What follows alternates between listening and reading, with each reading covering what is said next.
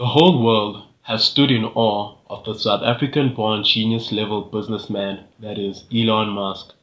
His extraordinary, enterprising, and entrepreneurial character has been of great inspiration to millions of people across the globe. He is such an unconventional and out-of-the-box CEO that we never know what he might do next. But I believe that it is possible to predict his future actions because his actions are governed by certain principles, theories, and philosophies.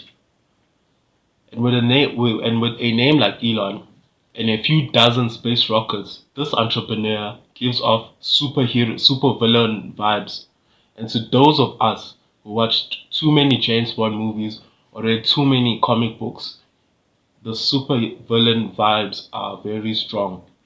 One day, the man is drilling tunnels underneath the road, and the next, he's trying to land a rocket, and the next, he's building a supercomputer right after pumping Dogecoin to the moon.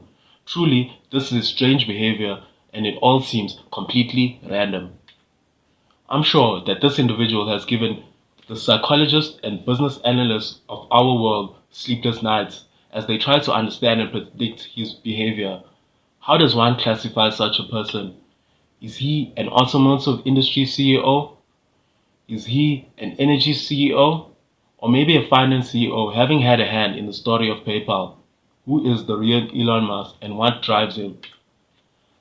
I believe that at his core, he is a futurist. And to gain a practical understanding of what this means, we would have to look at the field of physics, the field that he studied at college. If we do so, we will understand what rockets, electric cars, and social media platforms have in common, and we will unravel what shapes Elon Musk and his actions. Elon seems to be a man who wants to make an impact on the future of humankind. And one of the theories that explains the super trends that affect our future and that have been unfolding over a span of many decades is the Kardashev scale. The Kardashev scale measures the technological advancements of a civilization based on energy and the amounts of energy that that civilization is capable of controlling.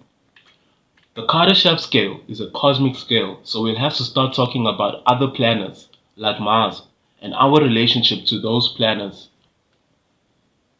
But basically, this theory identifies three types of civilizations: a type 1 civilization, a type 2 civilization, and a type 3 civilization. And some futurists and physicists say that the progression between these types of civilization is also crucial. A type 1 civilization is a planetary civilization and that is capable of controlling all of the energy from its own planet, including the photons that come from its star and land on it.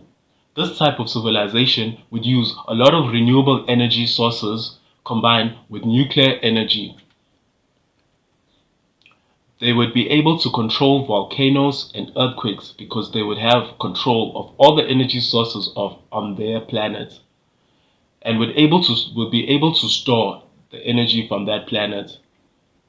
A type 2 civilization is an interplanetary civilization that can directly consume the energy of its own star.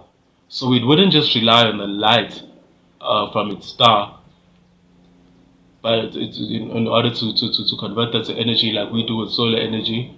In their case, they would consume energy directly from their star.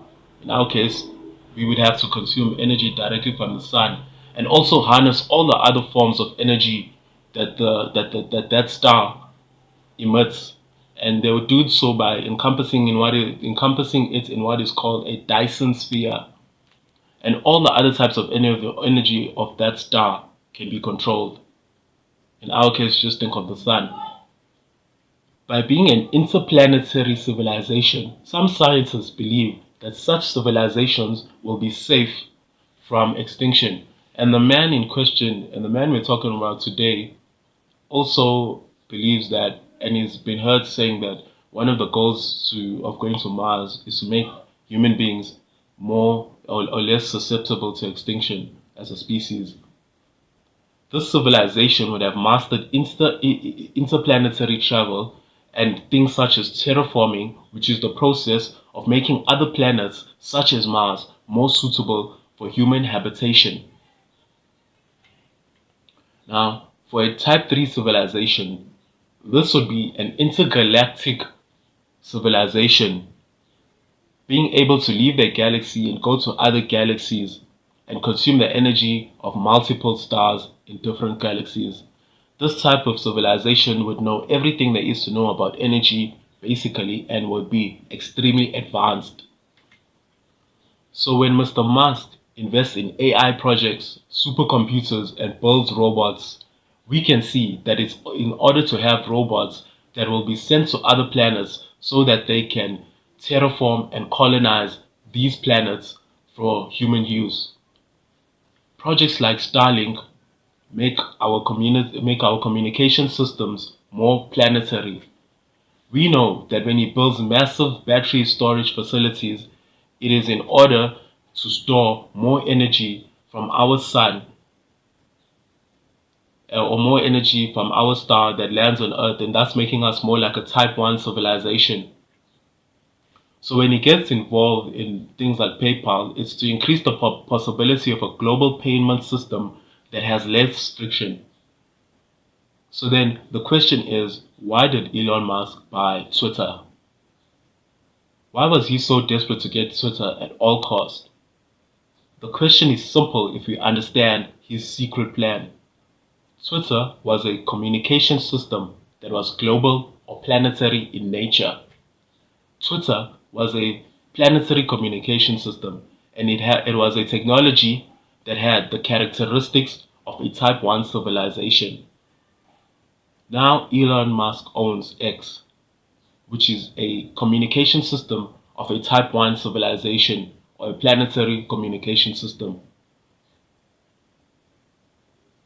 So whilst our energy technology is far from being that of a Type 1 civilization, our communication systems are basically already there. And I believe that Bitcoin has proven that it has the potential to become a Type 1 civilization payment system. But the technology needs to be quicker and less expensive. Hence we find projects like Ripple and Dogecoin.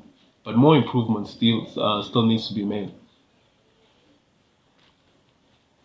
You have a Type 1 civilization communication system if you have X on your phone, and you can get started with crypto and have a Type 1 civilization payment system by downloading the Luno app and using the link below in order to get 200 Rand in free Bitcoin.